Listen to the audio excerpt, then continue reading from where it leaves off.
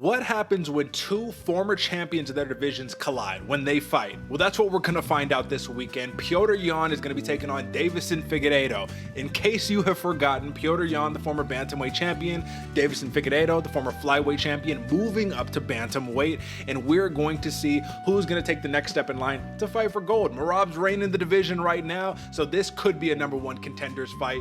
Folks, welcome back to another episode of the Bloody Water Podcast. Breaking it down with me, as always, my host, the Santa Fe Bomber, the New Mexico native, AJ. We're back. Chinese MMA, full-fledged on deck, brother. We taking a trip across the seas to the Far East, but I'm gonna tell you what, there's a loaded card that we have on here, and I need to know what your thoughts are, brother. How you feeling? Derek, I am very excited for this fight card, man. The fishing trip was good, but I'm happy to be back right in this chair with the degenerates, ready to make some money this weekend, brother. And this is the card for exactly that to happen. I'm hyped, man. I hope you are too. Let's not forget, we got a co-main event, Xiaonan, Tabitha Ricci. A little bit of a shake-up here in the division. So a lot of fun stuff to talk about. But before we do that, of course, folks, you already know what time it is. Let's take a step back to UFC 309 last weekend. We didn't have a program for you, but we had picks because we always got you.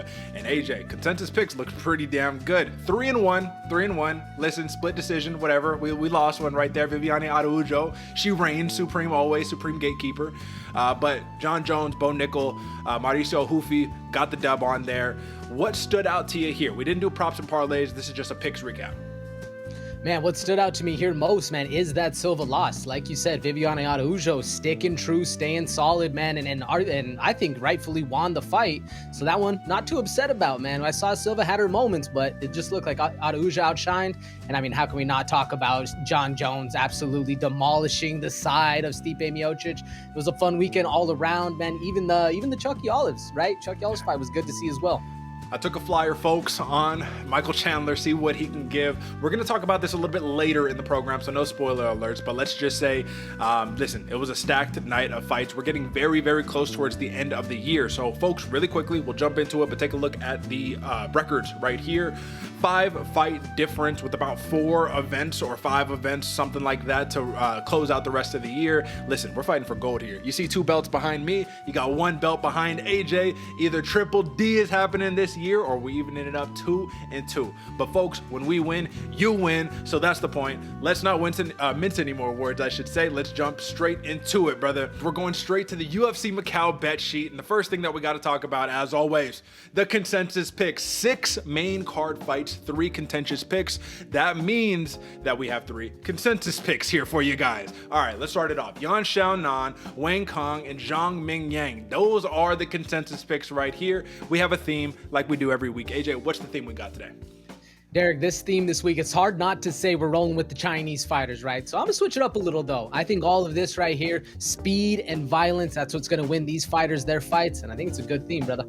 You know what? It's funny because, believe it or not, even though this is a China fight card and all, I didn't even think about that. Like, that was the last thing that came to my mind. All I was thinking was Supreme Strikers, right? That's our consensus picks right here. But in a nutshell, let's talk about the rest of the docket right here. First, let's start off with the parlays. Why not? Xiaonan, she's showing up in both parlays this week. Deiveson Figueiredo, Yan Xiaonan moneyline, ultimate dog parlay at plus 434. Talk to us, brother. Plus 434, like you said, Derek, big money right here. You got Figueiredo, he's the dog, very matched, very well skill-based rise right here, but I think he's going to win the grappling and the pressure. And then you got Xiaonan. I mean, we're both taking her in those parlays right there. The big favorite, she's bigger, she's stronger, she's faster. It hurts to say, but I don't know if Tabitha Ricci's ready for this opponent. It's going to be a very interesting fight night. And the way that the lines are trending, I know I said big dog parlay. I mean, Xiaonan, she is the favorite right here, but I think in the eyes of the people who are watching the fight and the people who are thinking about this, that's where the dog stuff comes into play. But we got another one that is going to be a true interesting parlay right here. Tumen Dembarol, UFC debut, folks. You're going to learn about this guy, supreme grappler right here, and Yan Xiaonan. Money line added up plus 298. We're banking on Yan Xiaonan, but the point is you got a couple fun parlays with a massive plus money opportunity. So you got to take that every time. AJ, talk to the people about your prop on the main card.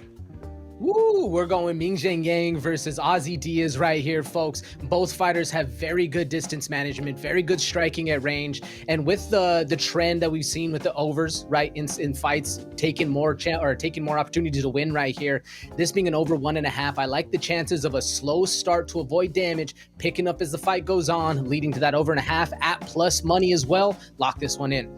And with Ozzy Diaz moving up the weight classes over the years, man, this guy could be a pace machine right here. Over 1.5 at plus 200 could definitely hit right here. So keep an eye out on that one, folks. Of course, my props on Kenan versus Muslim Salikhov over 2.5 rounds at minus 170. I think this is going to be a technical bout. I think this is going to be a really close fight, actually. So that's where I'm banking on that over 2.5. Minus 170, a little steep of a price, but I like it. Especially, let's not forget, folks, a little caveat here. They made the switch up. Old gloves for UFC 309, a ton of knockouts. The new gloves where we're not seeing like a bunch of finishes right there. I'm just saying, overs, cash them, maybe, yes, we're rocking it. All right, folks. And then finally, we have a couple contentious picks. We had already mentioned it, so we're gonna go ahead and jump straight into the main card, brother. Let's rock, let's get it. Here's to another main card breakdown, courtesy of your hosts, Derick G and AJ. All right, folks, if you're new to the program, let me give you a quick aside, let you know what we're doing here. We're breaking down the main card, everything from the main event, the most important bout of the night, all the way to the opening bout of the main card. Keep sticking around. We just gave you the bet sheet, but now you're going to find out the why behind it. You need the context. And we're going to give you a couple bonus plays as well. So we got a lot of fun stuff in store, but I do got to say, if you have not subscribed to this program yet, this is a massive army, a militia, the Bloody Water Mafia. We talk about it week in and week out. If you're not ready and you're not joining the party, it might be too late. So don't miss out. All right, AJ, with that being said, let's jump straight to it, brother. Petr Yan, Deiveson Figueiredo. Petr Yan has been out of sight, out of mind, if you will. Deiveson Figueiredo has definitely had the assurgence that you're going to be looking for in somebody who's going to be storming up the bantamweight division right here.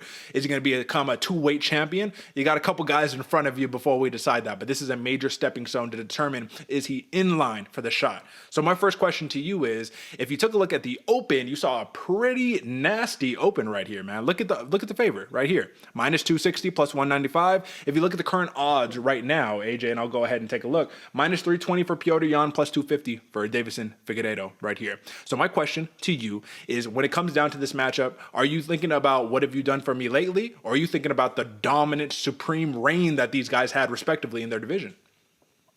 I'm definitely thinking about what have you done for me lately a little bit more in this fight, Derek, than the latter, especially with how Figueiredo has really come into his own in the 135-pound division. Like, he's on a storm, brother. In these last 3 fights, he's looking really good. And nonetheless, I mean, even the 125, he was keeping up, if not dominating top-tier opponents.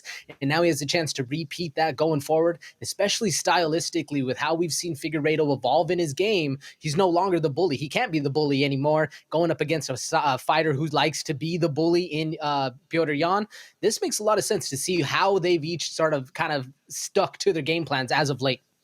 I think it's interesting you say that, because I've seen from Deiveson Figueiredo a technical version of himself, which isn't strange or weird at all. But it was a guy who before would rely on just walking you down massive power, to now saying, all right, well, listen, let's take stylistic approaches. I'm going to take you down. I'm going to work my game, and I'm going to be better where you're not better.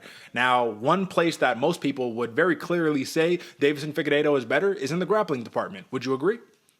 Oh, yeah, 100%. But that's just on the eye test. When you think of it instantly, Petr Yan can hold his own in the grappling. Well, that's what I was going to say. If you take a look at the numbers, right? Sad statistic, if you're a Petr Yan backer, been taken down 15 times in his last 5 fights. With that being said, AJ, the man still maintains an 85% takedown defense rate in, 13 fights in the UFC? So that goes to show the man has incredible takedown defense. Maybe easier said than done to be able to get the fight to the ground, which is what makes me think in a pure striking contest where clinch, all of the takedown attempts are all mixed in here, I just have a feel like Deiveson Figueiredo might be able to really work rounds 1, rounds 2.5, maybe even 3.5. But as the fight builds, we know Petr Yan is a builder. A little bit of a slow starter, but he builds and he does not stop. Does that concern you at all if you're a Deiveson Figueiredo backer? Oh, absolutely, Derek. That's one of the things I had, right? Especially for Deiveson Figueiredo, who is that slower or more methodical aspect that he's been trying to take, right? Patient at distance. He likes to set things up. But if he doesn't get those rounds, if he doesn't bank those rounds in on Petr Yan to start, Figueiredo has a hell of a hill to climb once that hill really starts growing like Petr Yan wants it to be. Last 3 wins for Deiveson Figueiredo, though, man. Rob Font, Cody Garbrandt, and Marlon Chito Vera. Very, very impressive. If you look at the last win for Petr Yan, Song Yadong, you can't be mad at that, man. That's a big win over a very hungry young contender right there. 3 losses. Aljamain Sterling, I think we know how that one went. Sean O'Malley, and then Merab Dvalishvili right there. So both of these guys have had a very, very good strength of schedule, but I think it just comes down to new division, new opposition. We got to kind of throw all of that stuff in the past out the window. So let's take a look at the line, man. Like I said, Petr Yan has flipped major, minus 320 favorite at this point. AJ, this is one thing that I have to say, and I even have to solo myself out for this one. If you were betting Deiveson Figueiredo, you have to feel extremely happy because these odds are ridiculous. To be able to take Deiveson Figueiredo at plus 250 right now, I just think that this is one of those where Petr Yan, in my opinion, because I'm backing him, I think that he's the rightful favorite, but I don't think that he's that heavy of a favorite in comparison to his opposition.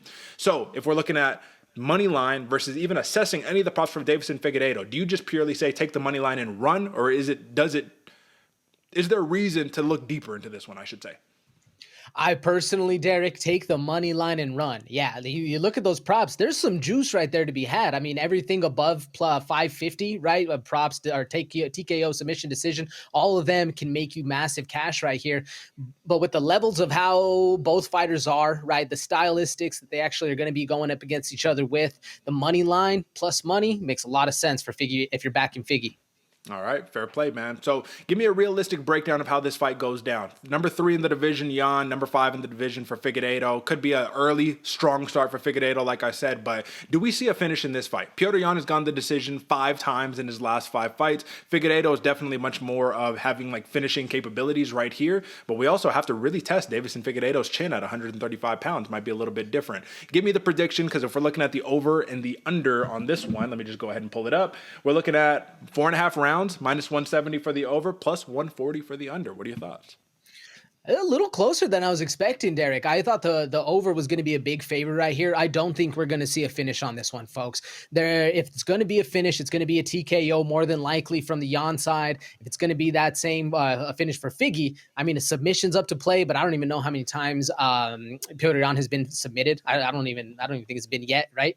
Zero. Yeah, exactly. So doubt it's going to happen. There could be a TKO. That's why it's one of the good props for Figgy. But that plus 550 decision, same thing, plus 125 for Petr Yan. That seems to be the most sense to have right here. I see this one going over for sure. Yeah, I think this is going to be a long, drawn-out battle right here. At the end of the day, I'm going to talk for myself here. I can't speak for you, AJ. I think that Petr Yan is just going to be a little bit more proficient, a little more technical, and be able to avoid some of those bad spots Deiveson Figueiredo is going to be in.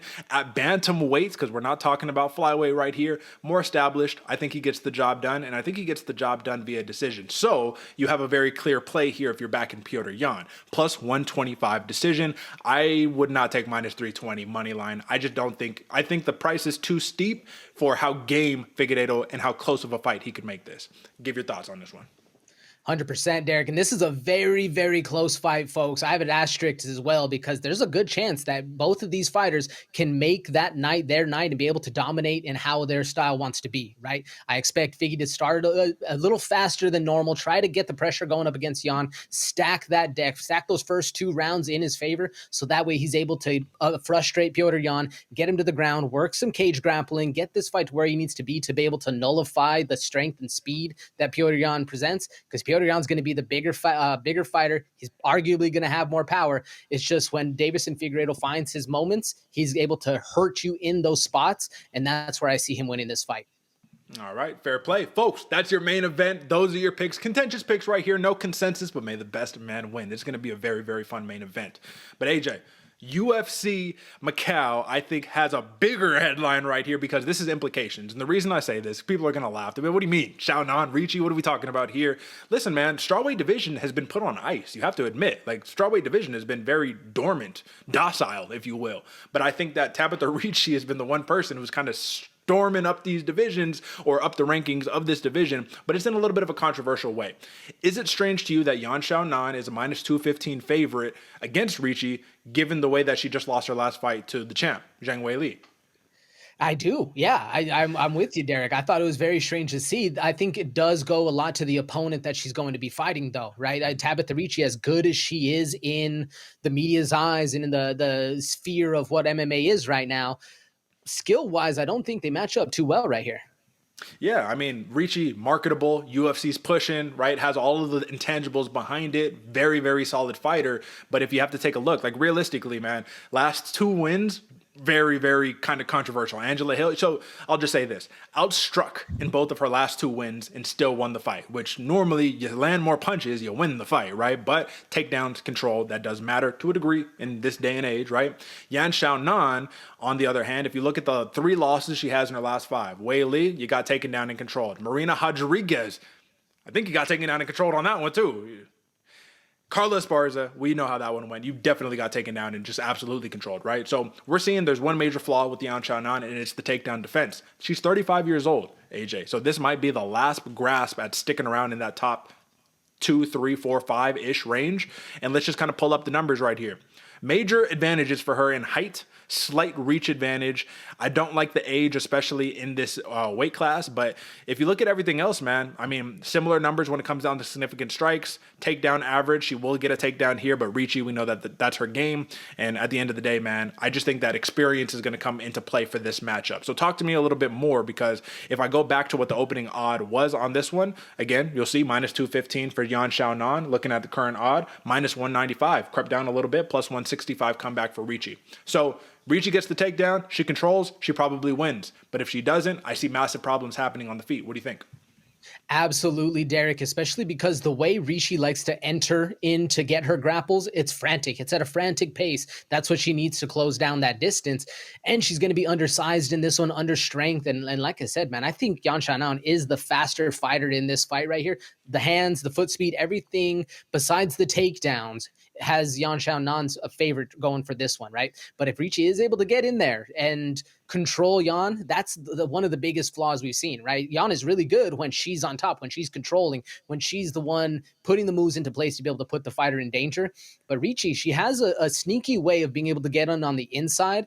I think Yan is able to exploit that, is with the chaos that Tabitha Ricci brings. But it's all going to be in how Yan uses that counter blitz, right? When she sees Tabitha Ricci coming in, can Yan piece her up and then dip right back out before getting grabbed and taken down? That's a big question for me. That's the key, right? Before getting grabbed. The reality is Yan Xiaonan needs to not play with fire like she did against Wei Li. You know, she got the first takedown in that fight against Wei Li. She took her down. She controlled her, right? But then Wei Li was able to grab her, put her up against the cage, and use her judo. Ricci has sick judo and jiu-jitsu right here, so that's where it could totally become problematic. But what we need to see is a repeat of the Jessica Andrade fight with Xiaonan, the repeat of the Mackenzie Dern fight. And that's my question to you right here, man. Over, under on takedowns for Tabitha Ricci in this fight. I'm thinking 3, and I might even take the over, Derek. Did you know, statistically, Yan Xiaonan in every one of her last 3 losses was taken down at least 2 times. So the odds are, if Ricci takes her down 2 times, she might win the fight. All I'm saying here is that if Yan Xiaonan can stay disciplined, stay on her feet, massive implications here in terms of that plus 450 TKO. But as you can see, the odds makers are favoring minus 125 for the decision, which I really like. You can't be mad at a decision right here. And of course, AJ, when we take a look at the odds right here, we can pull up the fight odds, and you can see that 2.5. Minus 470. God damn, that's steep. That's very steep. I wouldn't bet that, but of course, that is something that you want to take into consideration. So, any other thoughts on this for Yan Xiaonan? I think experience is the number one thing that makes her the favorite, the rightful favorite. But are you betting her at this price? No, Derek. No. Oh, well, at the minus 190. Yes, I am. But with that over, I'm with you. Not one bit am I touching that. I like Yan at the minus 190 money line, especially like we were saying before, folks. If this is a little too one-sided, or you're too scared of the threat of Tabitha Ricci, because it is a big threat going forward with the takedowns, put her in a parlay. Makes all the sense to me. That's what I was going to say, man. She's the parlay queen for us this week right here. So Yan Xiaonan, that is the pick. I like it over 4.5 or over 2.5 rounds by decision. That's what I like. All right, let's take it. All right, AJ, next up. All right, interesting matchup, man. Cong Kenan versus Muslim Salikhov right here. And again, we're going to bring up the big screen because we need to just take a quick assessment, man. Like, the tale of the aging fighters. A 34-year-old fighter in Kenan, a 40-year-old fighter in Muslim Salikhov. And the hardest part here is that, like, realistically, there's not a huge takedown threat with these fighters. Maybe Salikhov, but we know one thing about him, and it's if we grapple early, we get tired early. We need to avoid that. I think that this has all the makings of an incredibly technical kickboxing match. What do you think? I'm with you, Derek. That's what I'm hoping to see as well. I have that note for both fighters right here. The longer the fight goes, we can see them really start to drag, really start to drain. Hands get a little droopy. Effort is just not able to be put forth because of how tired they are. So I see them both starting very slow, very technical, staying composed at range, and being able to find those moments where they're able to do more damage to each other. Absolutely. But when you talk about damage right here, I have to just note one stat that I have that just like it just pops in my brain every time that I see Song Kenan. The man absorbs almost 6 significant strikes per minute in 10 UFC fights. The man gets hit a ton, right? Now, he shines in certain moments, right? Look at the let's look at the loss against Ian Gary where he chinned him and almost got him out of there, right? Like, the man has KO power at any point. He beat Rolando Bedoya, not really the most impressive win, but that was a win. And then that win over Ricci Glenn. Like, hey, shout out. Even though I've already told you my gripes with Ricci Glenn, you retire, you just got to stay. You can't come back. You know what I mean? But that's a story for another day. Muslim Salikhov, on the other hand, man, he got a pretty good win against Santiago Ponzinibbio in his last one, so you got to be happy. But massive struggles against the Leech, Jing Liang, TKO loss, Nicholas Dalby, decision, Randy Brown, you got knocked out, right? So this is more of a suitable matchup for somebody of his age. The problem is home game for Kenan. And in a technical kickboxing match, man, I think that this could be one of those split decision, like super close 29-28 type fights. How much is hometown advantage playing into this, do you think? I think a lot, Derek. I think a lot, brother, unfortunately. And you hate to see a hometown happen, but when the judges get involved, it's hard not to get in human error, I guess is a good way to say it. Another fight that I have asterisks that I think both fighters can win. Both fighters have the skills to be able to get it done. It's just what in those later rounds, who's the fresher fighter, right? Who's bouncing up off the stool on round 3 and able to put those 1s and 2s actually into action. That's what I think is going to win the fight. And I mean, I'm betting the Chinese fighter. So if there is a hometown, hopefully I'm happy. I mean, smart man. Look at that. Higher numbers when it comes to the output right there. But like I said, he just absorbs more shots. And Salikhov has power, like power. That's the one thing keeping him alive at this point, right? You got the major power, your technical, a spinning, round kick to the dome piece is going to be coming your way. Who knows? So you got to keep your hands taped to your chin if you're Song Kenan. But yeah, I don't really got much else on this matchup other than high-level kickboxing match. It's going to get close. Someone's going to get tired. I might be Muslim Salikhov, but when I kind of run my prediction on this one, I just think as technical as he is, he has enough to edge it out even in enemy territory. Listen, live by the sword, die by the sword, folks. If you're tailing me, Godspeed, but this is going to be a close matchup. I like Salikhov, AJ with Song Kenan, and the last real quick thing right here before, let's give the people a little bit more value than that, right? If you're looking at the live odds right now, you're looking at minus 180 for Salikhov, so the line is definitely increased for him, plus 150 for Song Kenan. If you're looking at props, I like decision plus 185 for Muslim Salikhov. Are you rolling with that plus 265 decision for Song? I am rolling with that plus 265 decision right here, Derek. And actually, I think one of the more likely juice right here. And I was looking at it too, man. I'm glad you put it down as a prop lock. That over what is it, 2.5, and it's actually dropped, folks, minus 145. A lot better of a price right here to pay. I like this one. All right, fair play. AJ, you heard the man right there. Come on, listen, prop lock it in over 2.5 rounds. Let's take it and let's move on to the next one, man. This is the one. This is the big one right here. Listen, man, I don't want to get too ahead of myself, right? But I think that they're really taking the fast track with Wang Cong right here, and they're just trying to say, hey, listen, let's feed you a couple of prospects right here. Let's build up that resume a little bit, get you some more MMA experience, a couple more highlights, and then let's actually give you some big-time fights. Because Gabriela Fernandes is a very solid fighter, very well-built fighter, and has some solid stand-up. But when you're facing Wang Cong, who beat Valentina Shevchenko in a kickboxing match, very, very close, controversial victory right there, but, kickboxing nonetheless. When you have that win, when you're a supreme striker, man, this is kind of serving her up on a platter. Minus 530, heaviest favorite at open, current line, AJ. You probably already see it, but I'm going to say it anyways. Actually, let's bring it up on the big screen so the people can see it here, because this blew my mind, man. Minus 950 favorite for Wang Cong right here. Plus, what is that? Yeah, 550 comeback for Gabriela Fernandes. So one thing that we know before we even discuss this matchup, AJ, she is an unbettable fighter. We can't bet that, right? We just saw last weekend Bo Nickel be like a -1,000 favorite and looked like he was like a, -125 favorite. So price is completely out the window. All we can do is just talk about how this matchup goes down, really. Wen Cong, man, listen, she lands the right hand, that 1-2 with that left hook check, and it could be a wrap. Fernandes, if she can't get the fight to the ground, how does this play out? Yeah, you hit the nail on the head, Derek. Fernandes needs to get this fight to the ground. She needs to get on the inside because the combos, the hands, the length that Cong presents, all a massive challenge. But if Fernandes is able to get there, that's what we need to see. That's the one question I had, right? How is Kong's ground game? How is her defense? How is she able to get out of those nasty positions when you're on the bottom? What can she do? And Fernandes, this is the opponent to see those questions answered. One of her best aspects is the ground game. Fernandes does have a very heavy left hand, which I like. But in this kind of style, or in this fight, I don't see her using that. I'm expecting Fernandes to push this fight up against the cage, throw bombs just to distract her, get those hands up high, and then shoot for the takedown and get some control right here. It can happen. And like you said, against an unbettable fighter, last I saw was like -800. This line's probably still going to keep growing after this. Yeah, man, it's pretty nutty. I mean, the only place that I see value here, plus 250 TKO prop. And the reason that I say that is because, one, yeah, she's coming off of an awesome knockout, which is probably, like people are feeding into that a little bit. It's not like she's knocking out everybody that she fights, but Fernandes does have a little bit of habit to gas round 2, round 3. She's very muscular, very well built, and throws heavy. So if you're whiffing, because Cong, the one thing that I really like about her, man, she flows. She's very flowy. It doesn't feel like she's throwing everything into every single shot, but when she lands, it has that almost McGregor-esque snap on it, on the punches. So, yeah, man, I think a TKO is up for play. I think she's an unbettable fighter, so I don't want anything really to do with this matchup whatsoever. But the one thing that we can take a look at is going to be, again, some more overs. So let's take a look at my sheet right here.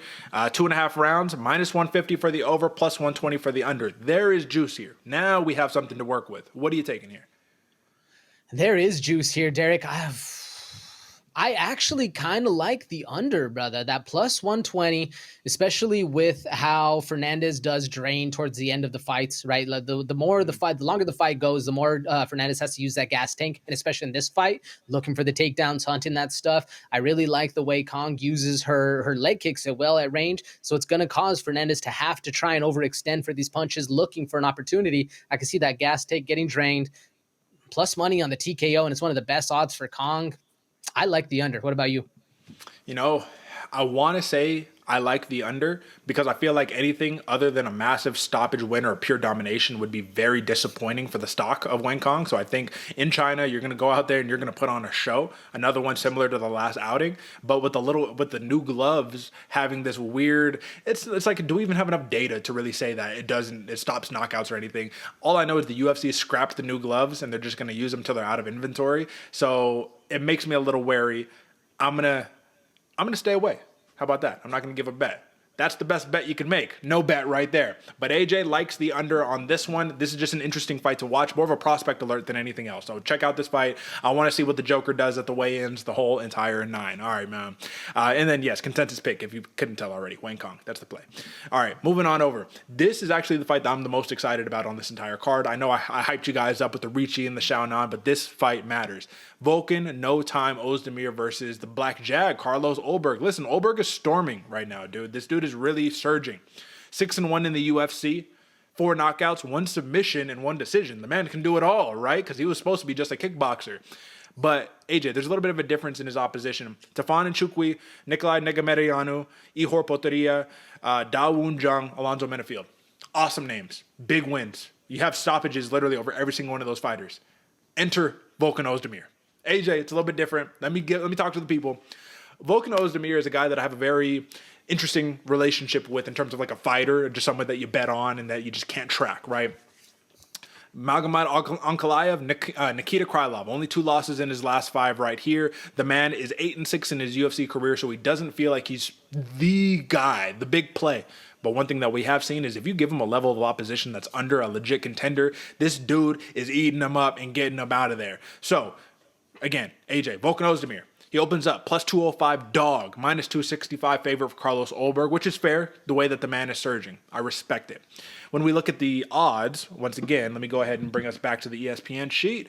We are seeing, get rid of that one, currently, sorry, my eyes are failing me, plus 195 for Oezdemir, minus 240. So when we go ahead and we reflect on that, it's creeping for Oezdemir a little bit, which is the right thing. That means the odds makers have eyeballs and they can actually watch tape. Because if you watch tape, you know, if you don't chin Oezdemir early, he's going to drag you into some deep, deep waters.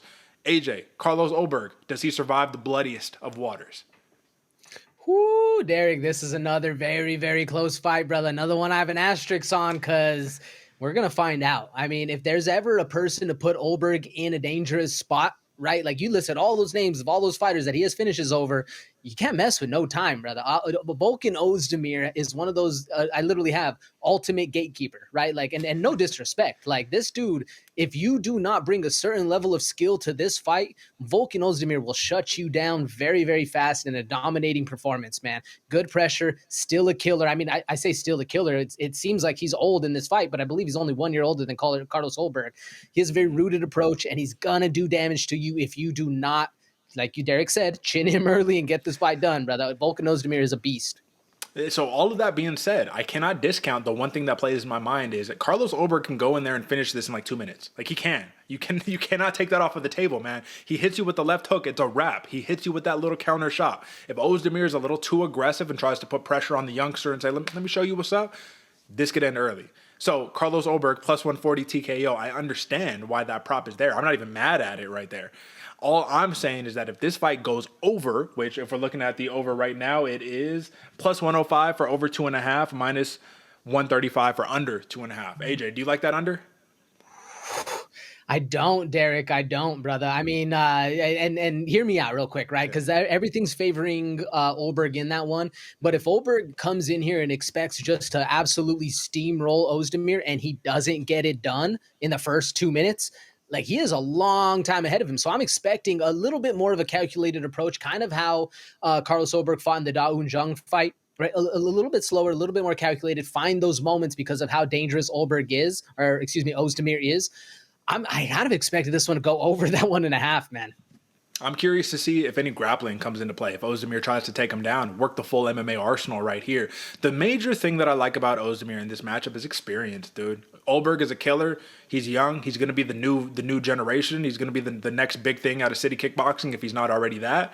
But the one thing that you can't, it doesn't matter how good you are. You can't buy experience, man. Volkan Oezdemir has been through the flames. Like I said, look at the last 5. Magomed Ankalaev, you lose. Okay, you got decision too. You didn't get finished. You beat Paul Craig, decisioned by Nikita Krylov. You submitted Bogdan Guskov, which was this dude is over here knocking people out left and right, but not the biggest win. And then you TKO Johnny Walker, which now isn't really the biggest win anymore. But come on, all these guys that he's an underdog against, he's cashing in. So, folks, I'm taking the flyer. Volkan, no time, Oezdemir, and give me that plus 450 decision right here, man. I really think that decision hits because I think Carlos Ulberg deserves enough respect to not just fold after he senses a little bit of adversity. I think this man is going to tough it out. But AJ, go ahead and give your closing thoughts on that one. I'm with you, Derek. I actually think this fight's going to go a little longer, too. I like the plus 250 decision for the Black Jag, Carlos Ulberg, right here. Like I said, expect a calculated approach. Expect a lot of respect from both of these fighters, right? And Carlos Ulberg, I'm expecting to see him have some speed, have some style, dip out when Oezdemir comes in. Like I said, very technical fight. I like the decision plus 250 for Ulberg. All right, fair play. And then the opening bout of this card, Zhang Mingyang versus Ozzy Diaz right here. And if I'm not mistaken, I think Ozzy Diaz was a short notice replacement. Like if I got canceled, maybe not. It could have just been a rebooking or something like that. AJ might check while we're talking about this. But I think it's an interesting placement because, no, this is a regular, normal booked match. Yeah, yep. Interesting for Ozzy Diaz to get the opportunity, man. Coming from the Contender Series, you get knocked out by Joe Pyfer, you rack up 2 knockout wins on the regional scene, and then you just get a shot, come to China and come fight. Right on, he took it. But Ming Yang, I think it's interesting to open up as such a heavy favorite, minus 335 favorite at open. If we're looking at the current numbers right now, let's see what we're looking at. We are looking at, it crept up just a little bit. Odds have pretty much stayed the same on this one, right? But the reason that I say that is because if you go back and you watch his last victory, that TKO against Bredson Ribeiro, which was like a big win, right? he was getting chinned pretty nasty before he ultimately knocked him out. So I'm like, all right, one thing we know about Ming Yang, he has the big shot, but he also has defensive liabilities. And when I watch Ozzy Diaz fight, I can see Ozzy Diaz exploiting a lot of those holes, man. Only problem is, it's coming up weight classes and all that good stuff. If you look at the shape that he's in right now, will he be the pace machine? Will he be the guy that's going to be walking forward? Or is he going to have to really stay at bay? Because if Ming Yang hits, again, he's a really good check left fighter, big right hand down the pipe. If he lands, it could be good night. What do you think? Yeah, especially because Ming Yang is great in chaos. And I think that's what Ozzy Diaz needs to do to be able to get this fight to where he needs it. Create a little bit of that chaos, because one thing I've noticed with Ozzy Diaz, he overextends with his rear hand. Whichever side he's throwing that rear hand with, he overextends a little, but that's going to lead him to be able to expect more takedowns, or at least try and shoot for more takedowns going forward. And that's what he needs to do to nullify Ming Yang's talent, man. I mean, this dude has great pressure, great striking at distance, powerful and wild in the pocket. So because of the amount of strikes he's taken, he's able to give some lumps, man. But if Ozzy Diaz can nullify that, get around that chaos that's going to be ensuing, I can see him exploiting the holes that Ming Yang leaves open out there. I'm just going to say one thing about both of these fighters. If you look at the records of the guys that they're beating, like, you're not super impressed, but you're actually more impressed by Ozzy Diaz than you are about Ming Yang. Ming Yang is fighting dudes for 6-9, 1-3, 9-6. Then finally you got a 7-2, and then Ribeiro 15-5, right? But Ribeiro, we're seeing how he's performing on the UFC circuit. So all I'm saying is, man, Ozzy Diaz I think is a live dog here, but obviously the odds makers are looking at it and be like, you're tripping, man. Do you think this is going to be a closer fight than what the odds makers are determining? Yeah, I do actually, Derek. Another one, I've said it all episode long. Asterisks are by all of these fighters, because I do think Ozzy Diaz presents a good option, or I guess he has good options to be able to win this fight in different styles, right? Ming Yang, he gets chinned up a little bit. He's able to be touched, as well as we need to see how he fares in a technical fight. And if Ozzy Diaz is able to provide that technical fight, not get into the street fight, not get into the chaos, he has the skills to be able to outshine right here. All right, fair play right there, man. I don't want to jump too much into the degeneracy, AJ, but are you familiar with the point spread MMA betting? Yeah. Oh, yeah. So point spread MMA betting, folks that aren't aware, right? This is real degenerate stuff. Like, normal people, we don't bet on this. We bet normal stuff. But for example, if you took Ozzy Diaz at plus 3.5 right here, all that you would need to win is if he makes this a close competitive fight, wins a couple of rounds, but still ends up losing the fight, like, you win, because this is a fight where clearly Ming Yang should dominate this fight at the odds that he's at. Like, this is one where I would bet that on Ozzy Diaz, just because I think that's how live of a dog that he is. I do not bet Ming Yang at this price. He is a consensus pick right here, but I think the consensus, AJ, is, yeah, pick him just to win the fight, but don't bet on this guy. You know what I mean? Let's just kind of wait and see. There's better value that we provided with some of the other picks. Is that fair? Absolutely fair, Derek. Hit the nail on the head. Easy. All right, folks. Well, that is your main card breakdown right there. Let me go ahead and drop this one off. Folks, okay, next up, we have the most important part of this program. We are talking about the bonus plays. You thought I was going sleepers, huh? But for those who are tuned in, we got a couple good things here for you. And AJ, you know what the deal is, but I got to explain it to the people. Folks, this is a very clear, easy, simple process. We gave you main card picks, we gave you prop locks, we gave you parlays. Now we're at the section of the program where we have bonus plays that all I'm going to do is I'm going to list them off one by one. AJ will be our arbiter of truth, of justice, of all things good in this world, and he will tell us which of these bonus plays is the one that you need to lock in and cash in on your sports book. So let's start it off with the main event. Yan Figueiredo over 4.5 rounds, minus 170. Felt like a layup to me. I needed to know your thoughts on it. Yeah, no, this seems to be the most likely outcome right here. I like this one a lot. Plus, or minus 170 makes a lot of sense right here. How talented both fighters are with all the X's and O's we broke down earlier. Not going to get into it, but I do see this being a longer fight.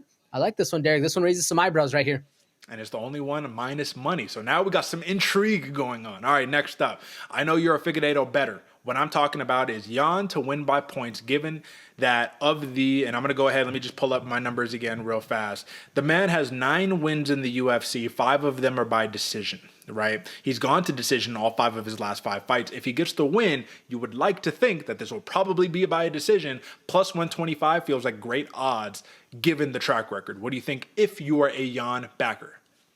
I'm putting my money hat on right here for this one, Derek. Not going with the picks we were saying earlier. This is the most likely outcome for Yan, especially with how dangerous he is. I will say a little asterisk. We got a new rule in the Yan special. You can knee him on the ground, right? But I don't see Figueiredo going into that position. I don't see him playing the game. If you're looking to win money and you're looking to bet on Yan right here, I like this one a lot. All right, there you have it. Next up, we're getting into one that is a little bit of a preview of something I'm going to talk to you guys about in a minute, but Maheshate versus Nicholas Iron Mota, under 1.5 rounds, plus 115. I really like what the matchmakers did with this matchup. First fight of the night. Give me your thoughts. Under 1.5, does it hit? First fight of the night. We're usually trying to stay away from the unders, except for and these style of fight right here, Derek. Fast paced, brutal, violent. This one, like, I'll let you break it down a little bit later, like a little preview coming at you right now. But man, Nicholas Mota versus Maheshate, I expect both of them to go in and clash right head to toe. It's going to be a very interesting fight. Plus 115. It seems like the odds makers like the under as well, at least more than we're seeing other places. And remember, folks, if you're jumping in on these ones, jump in now. Don't wait, because all these odds are going to do, they're going to get closer and closer, and the value will slip away. So that's why we identify them early. Lastly, Oezdemir Ulberg. We just broke this down, and we talked about the benefits of the over. That was actually the plays. This is a bonus play for a reason, because some of these are long shots, and some of these are, in the case of, Ulberg comes out and just starches this dude in 2 minutes, and he's the Black Jag is phenomenal. Give him a title shot, whatever you want to do. There is a world that possibility absolutely exists, and at plus 130, I would feel dumb if it happened and I didn't take it. So you tell me, what do you think? It's a good way to put it, Derek, because the best outcome for the Black Jag, and I guess as well as Ulberg, right? You want to steal some thunder. Oezdemir. You want to steal some thunder. You take the young cat out early, get it out, make it an easy cash night. Plus 130 for an under 1.5, folks. It's rare to see, especially for this style of how durable and how talented both fighters are. I like it. It raises some eyebrows, Derek. I'll say that. All right, now we have gone over 4 plays. AJ, you tell us, what is the official UFC Macau bonus play? Woo, this one's close, Derek. It's hard. I will say, folks, it's hard not to look at Yan win by points, money line, right? Or just points in general right there, plus 125. I'm a Yan fan. I like Petr Yan right here. I think, though, for the arbiter of truth, Derek, we got to go Yan versus Figueiredo over 4.5, minus money, only minus money on the board. Makes sense to me. Listen, folks, it'd be easy to give you the biggest long shot in the world and say cash it, but guess what? We track our picks, and we are accountable for these picks. So when we mess up, we own up, and when we hit, respect it, and why not follow and subscribe and do all that stuff if you haven't done it already? Just because. Why not? Because we're going to win you some money. All right, folks, that is your bonus play. Yan Figueiredo over 4.5 rounds, minus 170. Literally, go to the sportsbook now. Cash it now before this line creeps. All right, with that being said, now we are on to the most important part of this entire program, the sleepers, baby. The unknowns of today, stars of tomorrow. Let's talk about it. It's time for some fight night. If you ain't paying attention, you're gonna sleep on me and I'm gonna wake you up. All right, folks, we got some pretty fun sleepers right here for you. You know the rules of this game. We're going to talk about them. We're going to give you a quick breakdown. Nothing more than about 60 seconds or so. But these are people right now that if you want to watch the prelims, especially these prelims right here, you have a bunch of fighters where I guarantee if you are a normal person watching this, you don't know half of the fighters. We're going to identify the fights that you actually need to watch. So, AJ, bringing up the big screen. We're not going to mince any words. Let's go ahead and run straight to it. What do you got here? Woo, we're going to the 125-pound division right here, folks. Lonair Kavanagh versus Jose Ochoa. Both fighters 7-0 with a combined 12 fights being finished before the bell, before the judges have to get involved. 11 of them by knockouts, right? Big power from both these fighters. Very technical with how early they are into their MMA careers. This has sleeper written all over it. Make sure you tune in. This is going to be a very, very fun and fast-paced fight right here. Easy enough. This dude right here, Kavanagh, listen, to be a 7-0 fighter fighting another 7-0 fighter and be a massive favorite, if I have to check in on what the odds are right now, folks, let me give it to you because this is important to know. Minus 370 favorite fighting another undefeated dude, even in the Contender Series. You know this dude's got all of the skills, all of the attributes. Tune in because this is serious. This is the future of this sport right here. All right, and let me go ahead and let me jump to mine. I told you guys a little bit of a preview. I've been cheating the last couple of weeks, but I don't care. We make the rules here. You know what I mean? Maheshate versus Nicholas Iron Mota. Folks, I've had Nicholas Mota as my sleeper before. The reason I'm bringing him up here again is because I think he's been a little out of sight, out of mind for you guys. I think that you guys don't remember Nicholas Mota, and you need to put some respect on my man's name. The reason I say this, look at the last win right here against Tom Nolan. Way taller, way longer, way bigger, way more hyped, and he got stiffed right cross to ground strikes. Easy. You got a dude where you're going to enemy territory against the Chinese fighter who's coming off of a big split decision win against Mowgli Benitez right here. You know Mota's going to come in. He's going to bring the fire. The reason that this is a sleeper here, folks, because I got a couple stats for you, is very simple. It's tried and true. 15 combined finishes, 9 combined first-round finishes, and one of the 4 fights on this entire card with an over-under of 1.5 rounds, minus 190 for the over, plus 160 for the under when I took that note. So the reason that I bring this up is because, you know, those 15 combined finishes that I just talked about? Yeah, majority of them are coming on Mota's side. He's carrying this matchup right here. So, brother, if you're watching this, time to turn up, time to perform. And with all of that being said, man, you guys got to watch out. Watch out. This is going to be a fun fight. First fight of the night. I'm expecting a knockout. I'd love to see it. But with that being said, folks, those were your sleepers. We still got a little bit of time. We're great on time, man. Let's jump into some news and some notes here, AJ. We don't got a lot on the docket, but I will say there are a couple interesting things that I want to talk about, and this is the perfect way to conclude the program. So the first thing that we need to talk about right here, I'm going to go ahead and just pull it up on the screen. Jim Miller reveals plans for retirement after his submission win at UFC 309. He says it's going to be difficult. The reason that this is news whatsoever is because you got a guy who's still winning. AJ, Jim Miller, don't stop, man. Some people are putting him now in the conversation for greatest lightweight to ever do it on longevity purposes right here. This is a man who makes the Hall of Fame just cuz. Just cuz. You didn't win a championship. You're just a Hall of Famer just cuz, right? And let's hear what Jim Miller has to say. We're on next. Are we still pushing for the 50 wins, or there's a rumor Newark card in the summer? Like, what are you looking for? Yeah, I mean, like the 50 is the hard stop. Respect. AJ, we talk about it. How many of these dudes don't want to stop? But when a man says 50 is the hard stop, you know, today in 2024, you can bet on anything, man. If you look at that poly market, people are betting on the presidencies and the whole nines and who does this. I imagine somewhere out there's a sports book that is betting Jim Miller. Does he fight past 50 career fights? And you could say yes, or you could say no, whatever the odds are. You give me your odds if you're capping this one, man. What are the odds for him to continue fighting versus not fighting?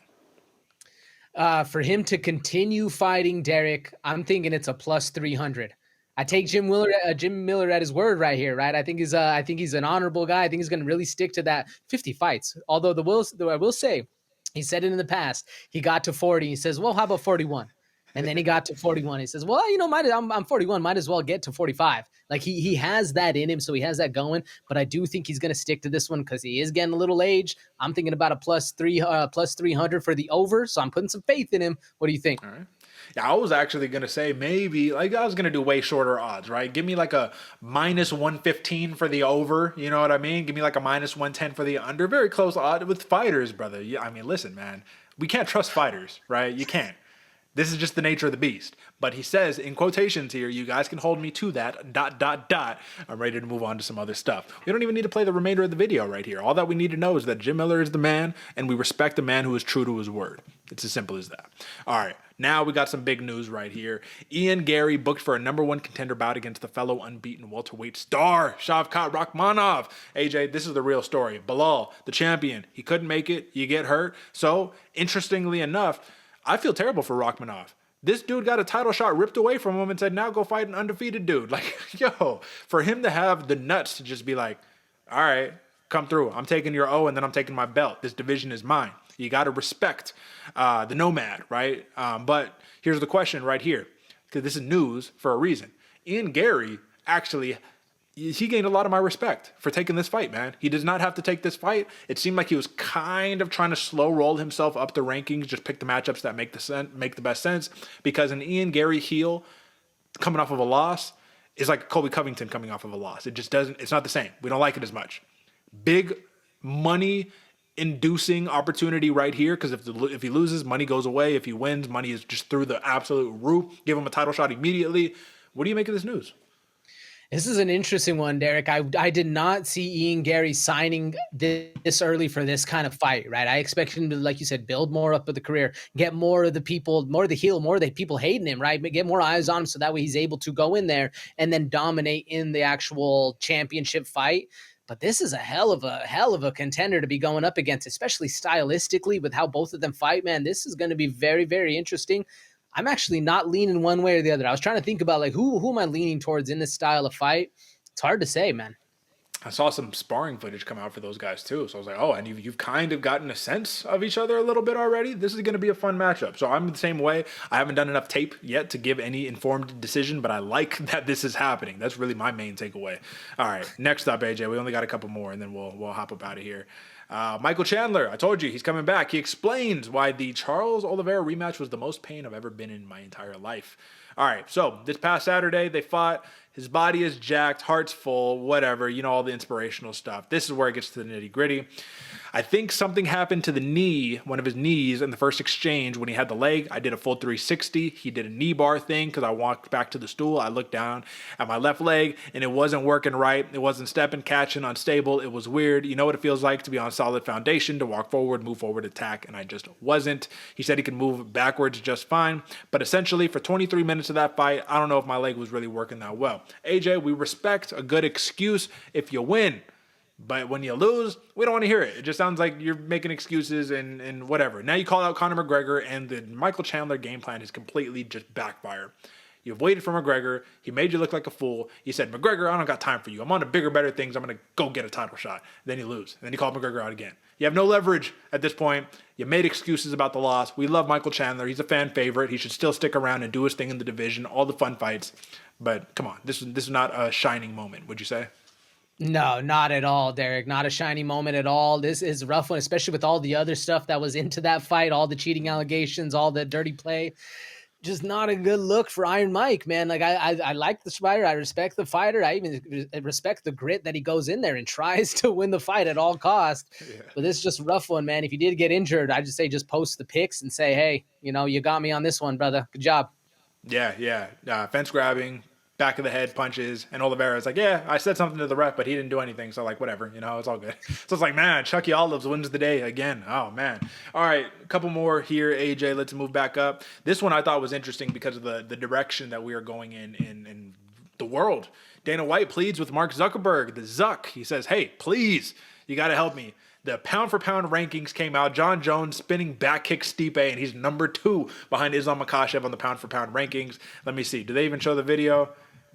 Yeah, there it is right here. It's just a little story. I have to get rid of these clowns. Let's get this AI deal done ASAP. So he's alluding to Dana White wanting to use artificial intelligence to form the rankings, which I actually think is super fair. Only problem is, who is designing this AI? Who is programming it? What's it being trained on? And is there an inherent bias as to who should be ranked what spot? I don't know how it would work, but I like it.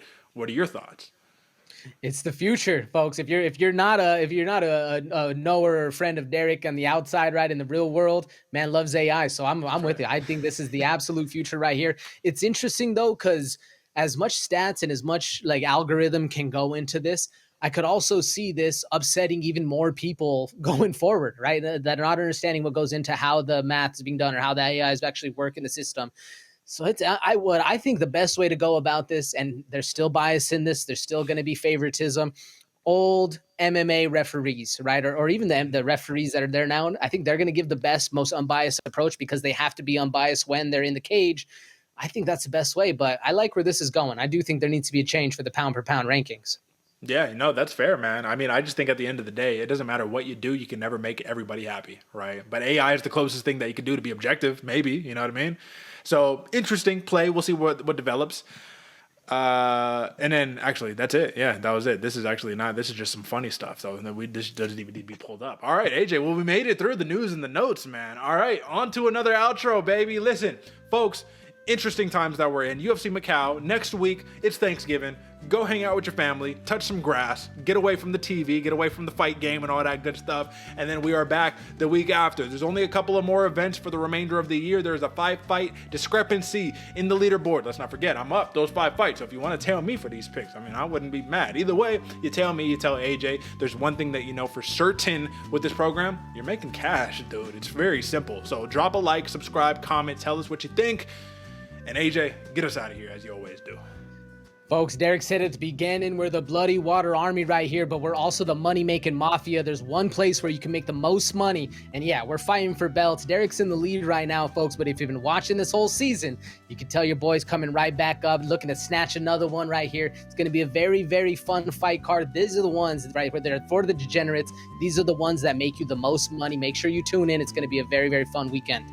That's it. All right, folks, catch us on the flip. Until next time. Peace.